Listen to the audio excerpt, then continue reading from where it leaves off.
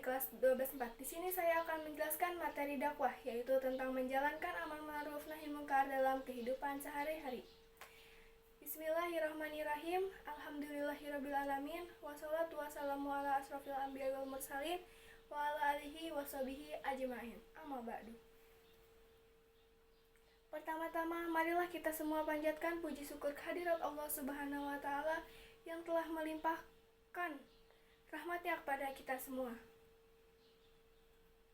Tak lupa pula salawat dan salam semoga tercurah kepada junjungan kita Nabi Muhammad Sallallahu Alaihi Wasallam serta kepada keluarga dan sahabat-sahabatnya. Hadirin yang dirahmati Allah, pada kesempatan kali ini kita akan membahas salah satu kewajiban dalam Islam, yaitu amar ma'ruf nahi munkar dalam kehidupan sehari-hari, yang berarti menyeru kepada kebaikan dan mencegah kemungkaran. Makna amar ma'ruf nahi munkar.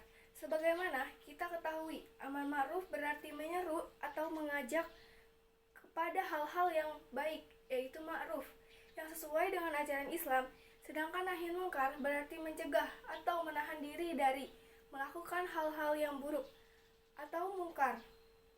Konsep ini bukan hanya kewajiban para ulama atau pemimpin, tetapi juga menjadi kewajiban setiap muslim, baik secara individu maupun kolektif. Dalam Al-Quran, Allah berfirman dalam QS Al-Imran ayat 104 yang berbunyi, "Wala takum minkum ummatun yad'una illa khairi wa ya'muruna bil ma'rufi wa yanhauna 'anil munkar wa ulaika humul muflihun." Artinya, dan hendaklah ada di antara kamu segolongan umat yang menyeru kepada kebajikan, menyeru kepada yang ma'ruf dan mencegah dari yang mungkar. Merekalah orang-orang yang beruntung. Ayat ini menunjukkan bahwa amar ma'ruf nahi munkar adalah tugas kolektif umat Islam, bukan hanya tugas pemimpin. Bukan hanya tugas pemimpin agama, tetapi juga tanggung jawab kita sebagai individu. Di sini ada cara menerapkan amar ma'ruf nahi munkar. Ada beberapa cara yang dapat kita lakukan untuk menjalankan kewajiban amar ma'ruf nahi munkar dalam kehidupan sehari-hari. Yang pertama, yaitu ada dengan lisan. Salah satu cara yang paling jelas untuk menjalankan amar ma'ruf nahi munkar adalah untuk menggunakan lisan, yaitu artinya kita menyampaikan kebaikan dan mengingatkan orang lain dengan cara yang baik. Ketika kita melihat orang lain berbuat salah atau tidak sesuai dengan ajaran Islam, kita dapat menasihati mereka dengan kata-kata yang lembut dan penuh hikmah sesuai dengan kaidah yang diajarkan dalam Islam. Rasulullah SAW bersabda, "Sampaikanlah dariku meskipun hanya satu ayat," yaitu Akhir Bukhari. Kita bisa memberikan contoh positif melalui nasihat atau informasi yang mengarah pada kebaikan, dengan tujuan agar orang yang kita ajak menjadi lebih baik.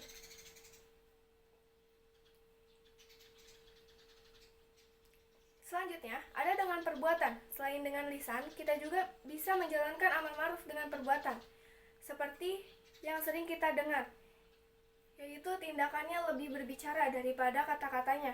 Jika kita ingin mencegah kemungkaran atau mengajak orang lain jadi berbuat lebih baik, maka perbuatan kita harus mencerminkan nilai-nilai tersebut.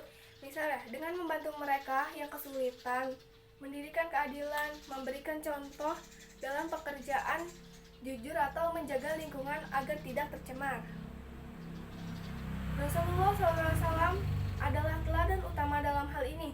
Beliau tidak hanya berbicara tentang kebaikan, tetapi dia mempraktikannya dalam kehidupan sehari-hari. Selanjutnya ada dengan hati, yaitu dengan doa dan niat yang tulus.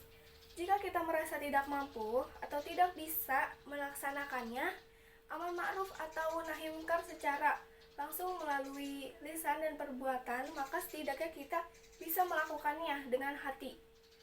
Ini berarti kita menolak kemungkaran dalam hati kita dan berdoa agar orang-orang yang melakukan kemungkaran diberi petunjuk oleh Allah Subhanahu wa Ta'ala. Doa adalah cara yang paling penting dalam Islam, karena itu adalah senjata orang mukmin. Manfaat amar ma'ruf nahi munkar. Menjalankan amar ma'ruf nahi mungkar tidak hanya memberikan manfaat bagi diri kita, tetapi juga bagi masyarakat. Secara keseluruhan, ada beberapa manfaat yang kita dapatkan. Yang pertama, ada menjaga masyarakat dari kehancuran moral. Dalam masyarakat yang banyak terjadi kemungkaran, moralitas akan runtuh dengan menjalankan amar ma'ruf nahi mungkar. Kita turut menjaga agar nilai-nilai kebaikan tetap tegak dan kemungkaran tidak berkembang. Yang kedua, ada mendapatkan pahala dari Allah Subhanahu wa taala setiap usaha yang kita lakukan untuk menyeru kepada kebaikan dan mencegah kemungkaran. Walaupun terkadang tampak kecil, akan dihitung oleh Allah sebagai amal soleha yang kita dapatkan. Yang kita dapatkan adalah pahala, bahkan niat yang baik kita tanamkan dalam hati untuk mencegah kemungkaran juga mendapat pahala. Yang ketiga, ada menjalin hubungan yang lebih baik dengan sesama. Amar ma'ruf nahi mungkar juga dapat mempererat hubungan antara sesama dengan saling mengingatkan untuk berbuat baik atau tolong-menolong dalam masyarakat akan menjadi lebih harmonis. Kita saling menjaga dan menasihati dalam kebaikan. Sebaliknya, jika kita tidak menjalankan kewajiban ini, masyarakat akan semakin terjerumus dalam perilaku yang merugikan dan tidak baik. Sekian dari saya, kurang lebihnya mohon maaf. Bila taufiq wal hidayah. Wassalamualaikum warahmatullahi wabarakatuh. Hadirin sekalian, amar ma'ruf nahi mungkar bukanlah kewajiban yang hanya berlaku dalam forum-forum agama atau masjid saja.